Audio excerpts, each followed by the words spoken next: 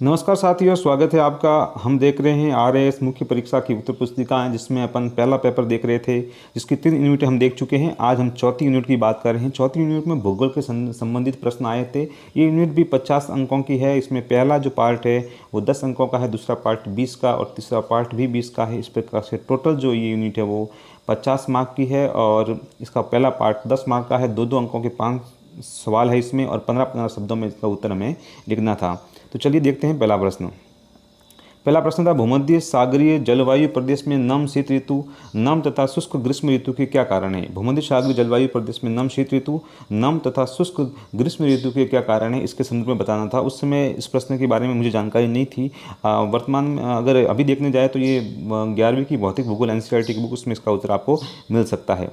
इसमें दूसरा प्रश्न, नुब्रा घाटी क्या है। ये भी भौतिक भूगोल 11वीं की बुक में दिया हुआ है। विशेषकर ये पर्यटन के लिए प्रसिद्ध थी और ये तिब्बत, भारत और चाइना की साइड में है।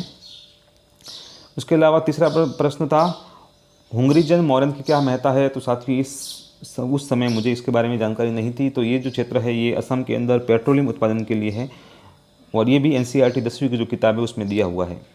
और चौथा प्रश्न था, अरावली पर्वत पश्चिमी राजस्थान भारत का अत्यधिक सूखा प्रभावित क्षेत्र क्यों है।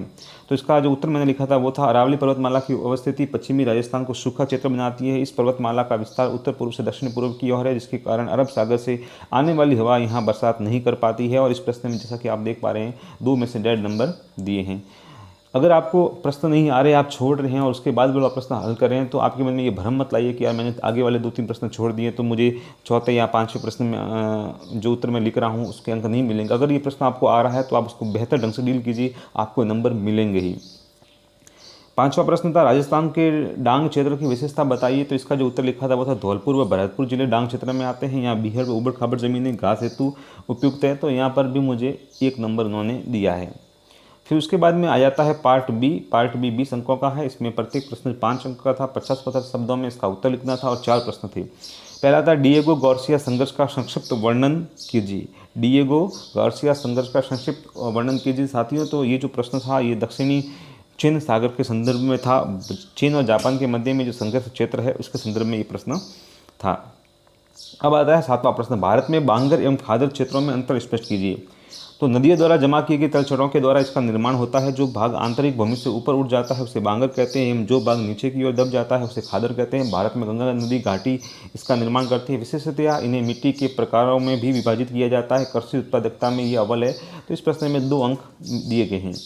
आगे वाला देखिए, राजस्थान के शेखावटी क्षेत्र की भौगोलिक सांस्कृतिक पहचान का चित्रण कीजिए। तो जो इसकी फ्रेमिंग की है, पहला तो ये बता दिया कि शेखावटी क्षेत्र में कौन से जिले आते हैं, फिर इसकी भौगोलिक पहचान क्या है, फिर इसकी सांस्कृतिक पहचान क्या है। तो देखिए लिखा था कि शेखावटी क्षेत्र में सीकर, झुंझुनू, भरतपुर जिले आते हैं। भौगोलिक पहचान लिखी, ये राजस्थान का उत्तरी पूर्वी भाग है। इसका कुछ भाग मरुस्थलीय है परंतु नहरों के कारण कृषि उत्पादकता में विशेष स्थान है। तापमान सामान्य कृषि योग्य रहता है। सांस्कृतिक पहचान लिखी थी, शेखावटी क्षेत्र भित्ति चित्रों हेतु प्रसिद्ध है। यहाँ की हवेलियाँ विश्व प्रसिद्ध है। यहाँ का गिंदड़ नृत्य भी सांस्कृतिक पहचान रखता है।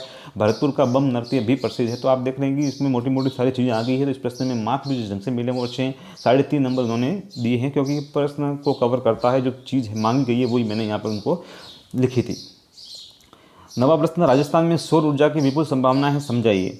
तो इसका जो उत्तर लिखा हुआ है, राजस्थान का रेगिस्तान सौर ऊर्जा का समंदर है। यहाँ का उच्च तापमान क्षेत्र की विशालता व निर्जनता सौर ऊर्जा की भरपूर संभावना व्यक्त करते हैं। राजस्थान के फलोदी में रिलायंस द्वारा 100 मेगावाट का संयंत्र स्थापित किया जा रहा है। वर्तमान समय में राज्य सरकार इसे तो प्रयास कर रही है। गुजरात की तर्ज पर यदि नहरों के ऊपर भी सौर सेल लगाकर दोहरा लाभ प्राप्त किया जा सकता है। यदि सौर ऊर्जा का व्यवस्थित उपयोग किया जाए तो राजस्थान ऊर्जा क्षेत्र में आत्मनिर्भर बन सकता है। तो इसमें भी इन्होंने 3.5 अंक दिए हैं।